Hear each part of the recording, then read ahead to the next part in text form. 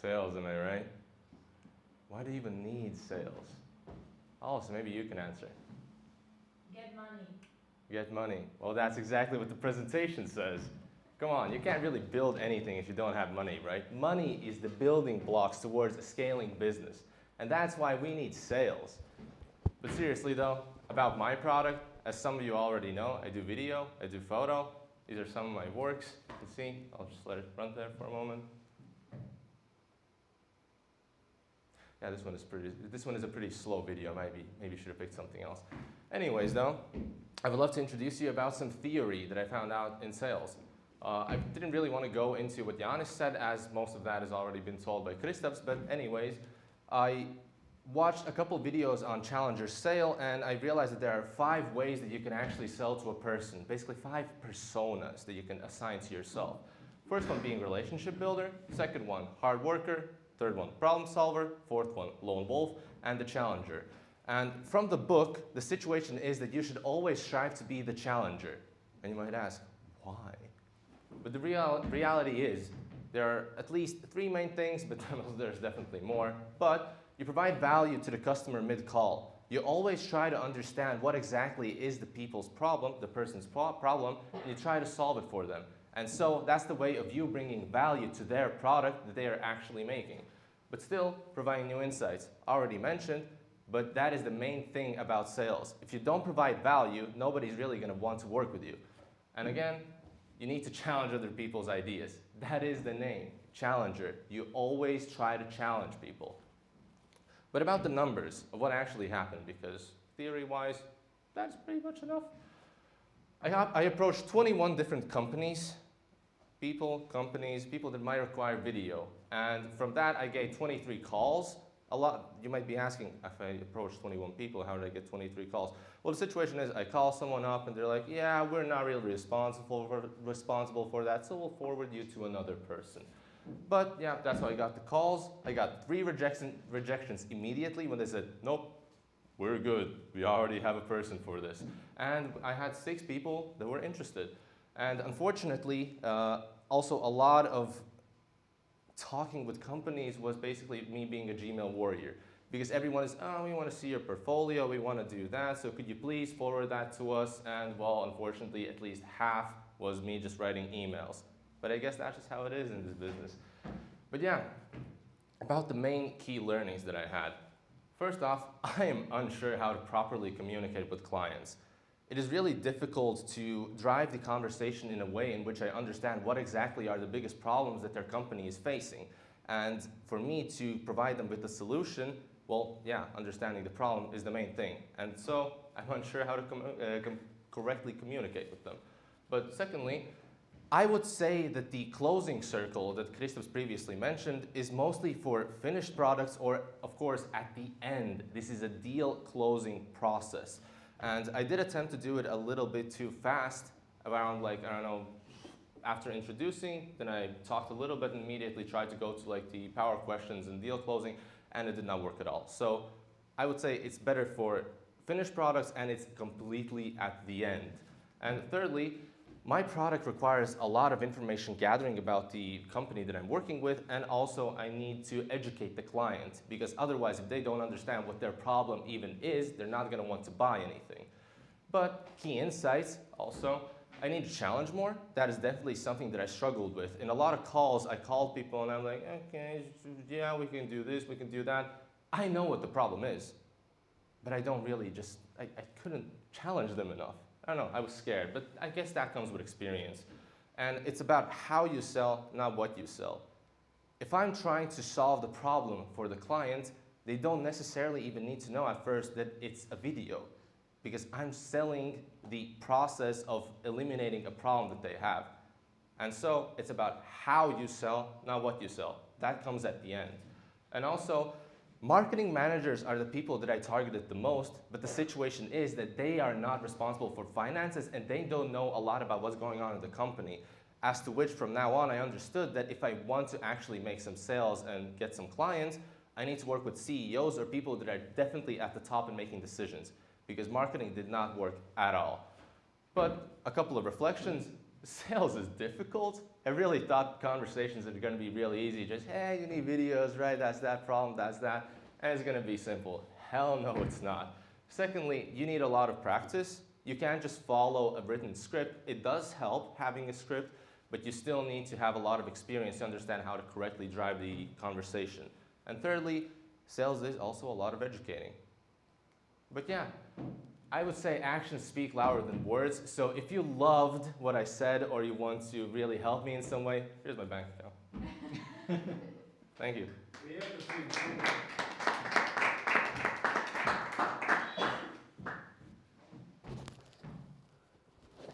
Thanks for presentation, energy, vibe.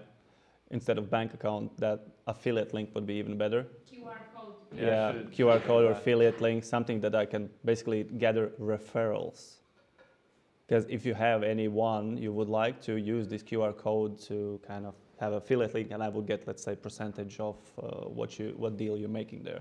Regarding sales, that would be much better. This is more like organizational, let's have a donation side. So it's kind of also sales, but different. So here, affiliate link or something like that, referral link would be much appropriate in this case. Got it. Yeah, and really enjoy your insights. I think it's really good.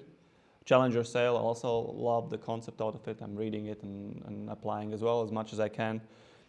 Gmail warrior, I'm not sure if that's a term in you. That's not a term, I just made it up because that's literally how I felt. I'm like a Spartan just writing a lot of emails, going into war with people, trying to make them understand the problem and the solution that we're basically bringing them. Because if it's not, then it could be something that actually catches up in humanity.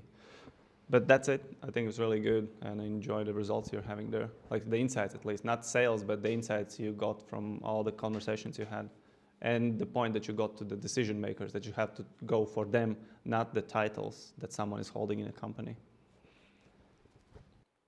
What I've noticed, your storytelling is getting really well and very engaging. And I also like the simplicity of the presentation. Really highlights the main things to focus on and telling all the story in 7 minutes.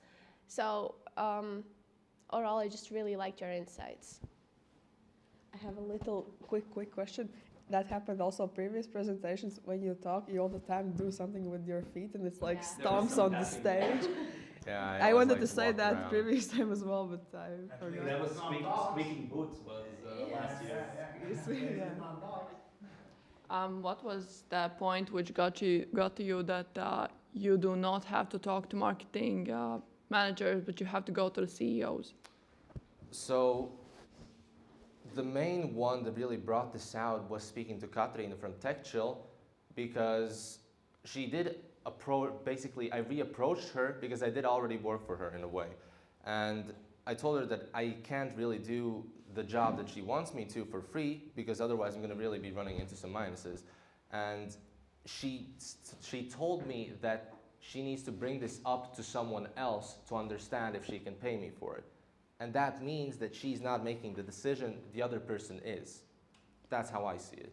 Okay, have you tried already contacting CEOs? A couple.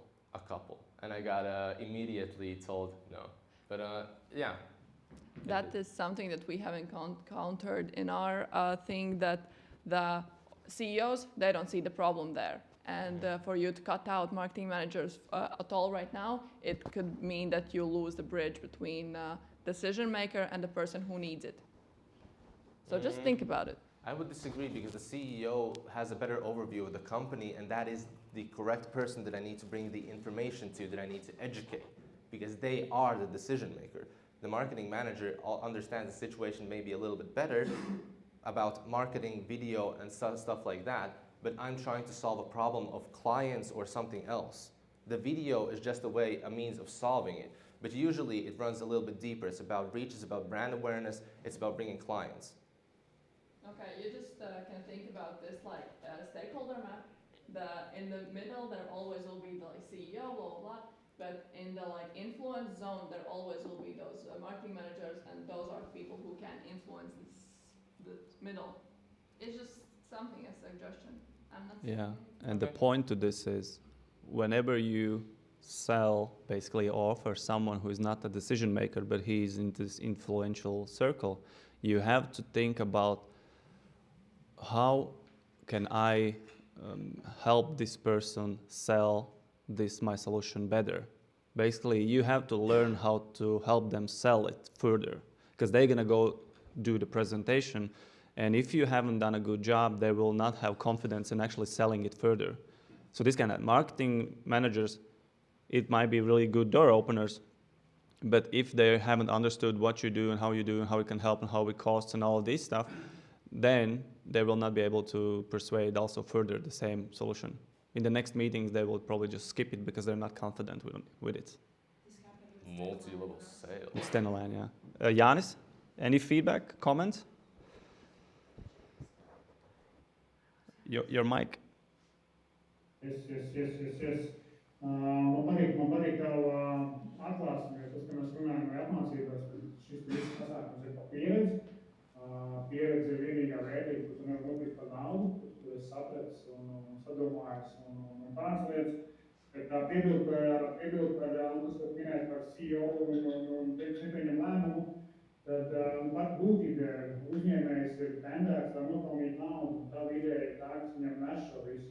Savukārt mārketinga direktors vai jebkurš cits, ar kuriem runā, viņš ir darbinieks, kurš tur iet tikai tāpēc, ka viņam par to maksā. Ja viņš nobāli, ja skaties tā no kosmosa, viņš nevienā brīdī nav ieinteresēts nekas, nekamā gandrīz, ja tu neesi, tur nezinu, tur super sirdi un tur aizķēries viņa pirmajās 15 sekundēs, tad viņam nekad neko nevajadzēs, jo īstenībā tu esi konkurents parādot to, ka viņi nedara savu darbu labi, tāpēc viņam uzņēmumiem ir vajadzīgs tu. Tāpēc tikai tiem cilvēkiem, kuri pieņem lēmumu. Bet man patīk tās prezentācijas, tas stils ļoti jauks, intensīvs. Super, paldies tev. Amazing. Anyone Thank you, else? Yanni. Last 40 seconds. All right, then let's move on.